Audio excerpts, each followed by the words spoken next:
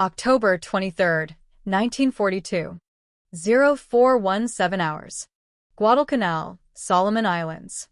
Platoon Sergeant Mitchell Paige, a 24-year-old machine gun section leader with the 7th Marine Regiment, is finishing defensive preparations on the crest of an unnamed ridge, 400 yards south of the vital airstrip known as Henderson Field. He commands 4 Browning M1917A1 machine guns. These are heavy, water-cooled beasts chambered in .30-06 Springfield.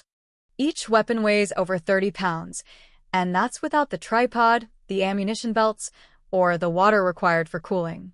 In 6 hours, these 4 guns will face thousands of Japanese soldiers from the elite Sendai Division, 2nd Division, in one of the most ferocious night attacks of the Pacific War. But what Paige is about to do with these weapons will defy every doctrine of machine gun employment that the United States Army and Marine Corps have developed over decades.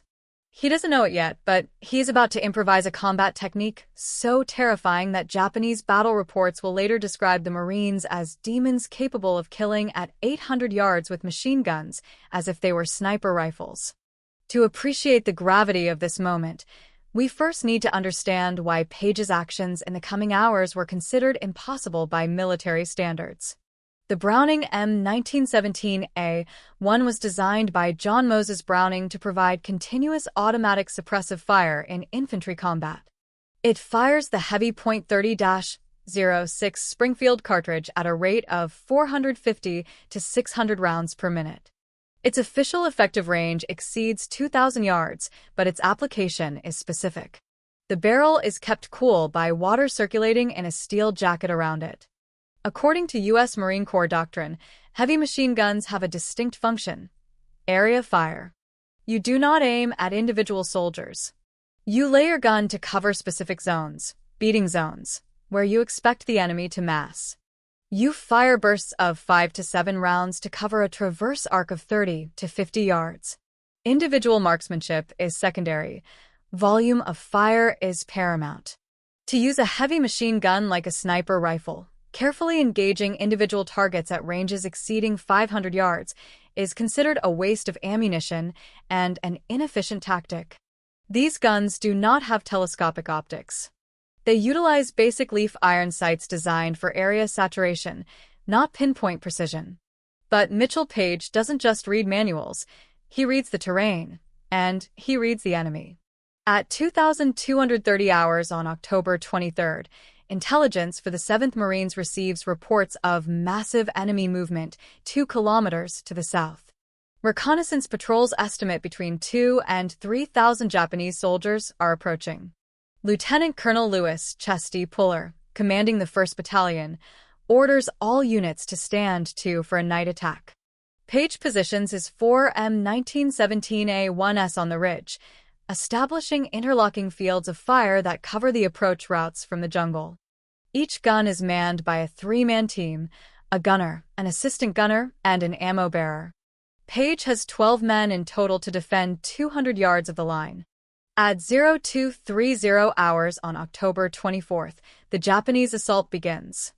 The Sendai Division, under the command of Lieutenant General Masao Maruyama, launches a coordinated 3-wave attack against the Marine positions. The first wave consists of 1,000 men. Their objective: break the American lines via a banzai charge, a massive frontal assault designed to overwhelm enemy positions through sheer numbers and extreme aggression. The Japanese scream "banzai" as they charge up the slopes. Paige's 4 machine guns open fire simultaneously. The water-cooled Brownings roar at 500 rounds per minute. For guns, firing sustained 6-second bursts put 200 rounds downrange every few seconds. The Japanese run directly into a wall of lead. The first wave disintegrates. The survivors retreat into the jungle. 178 Japanese soldiers lie dead on the field. But then comes the second wave. Another 1,000 men emerge at 0315 hours. This time, the attack is more disciplined. The Japanese advance in small groups using cover, moving from tree to tree. Paige's guns open up again, but now the targets aren't compact masses. They are individual soldiers darting between trees at 300, 400, and 500 yards. In 30 minutes of intense combat, 3 of Paige's 4 machine guns are knocked out by Japanese knee mortar fire. His machine gun crews are either dead or wounded. By 0400 hours, Paige has only one functional M1917A1 left, and he is completely alone. The 11 men of his section are casualties. One Marine, alone with one heavy machine gun, stands against approximately 800 Japanese soldiers who are still pressing the attack. Military doctrine dictates that Paige should fall back. He has no crew, no support, and dwindling ammunition. Holding the position is suicide. But if he withdraws, the Japanese will break the line and reach Henderson Field. The airstrip will fall. Guadalcanal will fall. Paige makes a decision that defies military logic. Instead of firing suppressive bursts, he begins using the heavy machine gun as a sniper rifle. Here is how he does it. He sets the tripod to its lowest possible setting for maximum stability and a low silhouette. He loads a fresh 250-round fabric belt. He lies in the prone position behind the gun. He looks through the iron sights designed for rough estimation, not precision. But Paige is from Kentucky. He grew up hunting deer with a rifle in the Appalachian Mountains. He understands ballistics. He understands windage. He understands how gravity affects bullet trajectory over long distances. He applies these principles to the machine gun. At 0400 hours, as the Japanese organize the third wave, Paige spots movement at 600 yards. A Japanese officer, identifiable by his samurai sword and distinct uniform, is rallying soldiers for the final assault.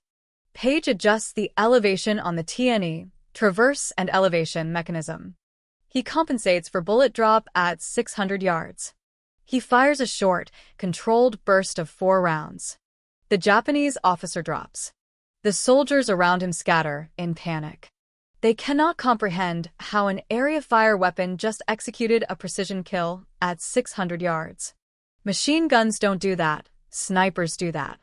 But Paige has just turned his M1917A1 into a sniper system. For the next 30 minutes, Paige identifies and eliminates high-value targets at ranges between 400 and 800 yards. Every time he sees a Japanese officer, a mortar operator, or a squad leader organizing troops, he fires a short burst of 3 to 5 rounds. The Japanese are terrified. Their battle reports, recovered after the war, describe American machine guns with rifle-like range and automatic fire, accurate at impossible distances. Some Japanese soldiers believe the Marines have a new type of secret weapon. It is no secret weapon. It is Mitchell Paige using a conventional weapon in an unconventional way. At 0430 hours, the third Japanese wave collapses. The survivors retreat into the deep jungle. Paige has held the position alone for 45 minutes against 800 attackers. When Marine reinforcements arrive at 0500 hours, they find Paige still in position behind his gun. The barrel is so hot that the cooling water in the jacket is boiling, sending up plumes of steam. He is surrounded by 2,500 spent brass casings. In front of him, 105 Japanese soldiers lie dead on the slopes, many at ranges exceeding 500 yards. Captain Charles Kelly, his company commander, arrives and surveys the scene. He asks, "Sergeant, how the hell did you kill so many at those ranges with a machine gun?" Paige replies, "Sir, a .30-06 from a rifle kills at 800 yards. A .30-06 from a machine gun kills at 800 yards. The bullet doesn't know which gun it came out of." This answer summarizes a fundamental ballistic truth that would change machine gun doctrine after Guadalcanal. If you want to know how Paige's unauthorized technique changed U.S. Marine tactics across the Pacific, please subscribe and hit the bell icon. We are documenting true stories of innovation under fire that military manuals never recorded. But the story doesn't end here. After the disaster at Guadalcanal, the Japanese analyze what went wrong. They recover battle reports from the surviving soldiers of the Sendai Division. These reports repeatedly mention precision machine gun fire and lethal automatic engagement at 600 to 800 yards. Major Takeo Ito, a tactical analyst at the Imperial General Headquarters in Rabaul, studies these reports. Initially, he thinks the soldiers are exaggerating due to the trauma of combat. Machine guns do not fire with precision at 800 yards. That is absurd. But too many independent reports describe the exact same phenomenon. Ito concludes that the U.S. Marines must have developed a new technique for machine gun employment that the Imperial Army does not comprehend. He issues a directive to all Japanese units in the Pacific. American troops are employing machine guns in a sniper role at distances exceeding 500 yards. Avoid exposure to machine gun fire at any distance. Consider all American machine guns as precision threats. This directive has a devastating psychological effect on Japanese troops.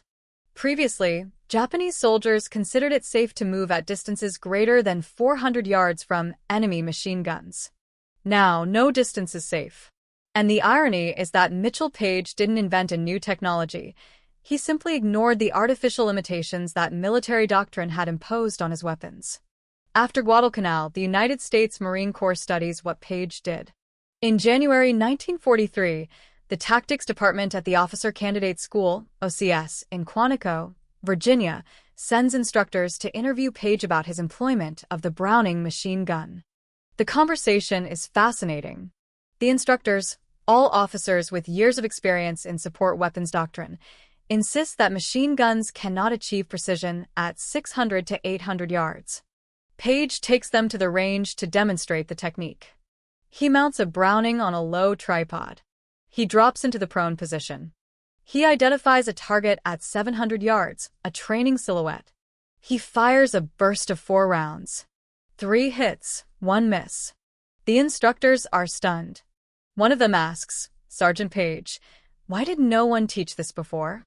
Paige answers, "Because no one needed it before, sir." In World War I, machine guns were used from trenches for indirect, suppressive fire. No one needed precision. But in the Pacific, the Japanese attack in waves. If you kill their officers and squad leaders before they organize the attack, the wave collapses before it starts. This logic is so obvious that the instructors feel foolish for not having considered it. U.S. machine gun doctrine was developed for the trench warfare of Europe, 1914 to 1918. But the Pacific War, 1942 to 1945, is completely different. It requires different tactics. In March 1943, the Marine Corps updates its Manual on Machine Gun Employment. For the first time, it includes a section on the precision role of the heavy machine gun. The technique is formally taught to all machine gunners. The change is dramatic. At Tarawa in November 1943, Marines employ machine guns to eliminate Japanese gunners in bunkers at 600 yards prior to the amphibious assault. At Saipan in June 1944, machine guns in the prone position eliminate Japanese snipers in trees at 500 to 700 yards. At Iwo Jima in February 1945, Brownings provide precision fire against fortified Japanese positions at 800 yards. But the Japanese also adapt. After Guadalcanal, the Imperial Army changes its night attack tactics. Instead of massive banzai charges, they adopt infiltration by small groups. Instead of officers leading from the front with visible samurai swords, officers dress like regular soldiers to avoid identification. This Japanese adaptation saves lives, but it also proves that Paige's technique was so effective that it forced the enemy to completely rewrite their doctrine. Mitchell Paige received the Medal of Honor for his actions on Guadalcanal on October 24, 1942. The official citation mentions that he held his position alone against superior enemy forces. It does not mention that he did so by using a machine gun as a sniper rifle because that technique was not yet formally recognized by the Marine Corps. But the Marines who served with Paige know the truth. His nickname in the 7th Regiment was Sniper Gunner. After the war, Paige trained generations of machine gunners at Quantico. He always taught the same lesson: weapons do not have limitations. Manuals have limitations. In combat, use the weapon in whatever way keeps your Marines alive. This philosophy became part of the Marine Corps culture. It is why U.S. Marines have a reputation for tactical innovation under fire, not because they have better equipment, but because they have the freedom to use the equipment they have in unconventional ways. The Japanese never forgotten Guadalcanal. Imperial documents recovered after the war describe October 24, 1942, as the day we discovered that the Americans do not fight according to doctrine.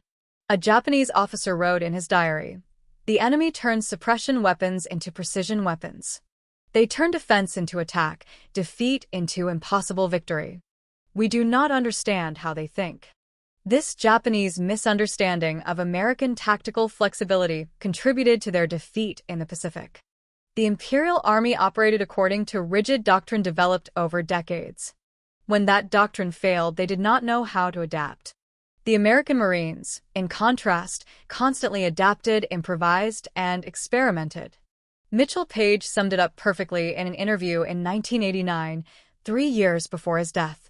The Japanese were incredible warriors, brave, disciplined, willing to die for their emperor. But they were trapped in their own tradition. We didn't have tradition. The United States was only 166 years old in 1942. So we invented tactics on the fly, and it turns out that flexibility beats tradition in modern combat. Paige's technique also influenced the development of future weapons. After World War II, the U.S. military developed the M60 machine gun, specifically with improved sights to allow for precision fire at ranges exceeding 600 yards. The M60 included an adjustable bipod designed for the prone rifleman's position. These features were directly inspired by what Paige demonstrated on Guadalcanal. The M240, which replaced the M60 and is still in service in 2024, has even greater precision capabilities, utilizing modern tripods and optical sights. The M240 can achieve consistent hits at 1,200 yards, approximate 1,100 meters, outperforming many dedicated sniper rifles. But it all started with a 24-year-old sergeant on a nameless hill on Guadalcanal who decided that doctrine manuals mattered less than keeping his Marines alive. On the battlefield, innovation doesn't come from generals in conference rooms. It comes from sergeants under fire who have 30 seconds to solve a problem before they die. Mitchell Paige had 30 seconds to decide whether to follow doctrine and retreat, or ignore doctrine and fight. He chose to fight, and in the process, he changed how modern armies employ machine guns. The Japanese were right to be terrified, not because the Marines had superior weapons, but because the Marines possessed something far more dangerous: the will to use their weapons in ways no one expected. What do you think of this unauthorized technique that changed military doctrine? Did you know the story of how Mitchell Paige turned a machine gun into a sniper weapon? Type Paige in the comments if this story revealed something you'd never heard before. Subscribe for more verified accounts of innovation under fire that changed the course of military history. Every week, we bring you the stories that the manuals forgot, but that the veterans will never forget. Hit the notification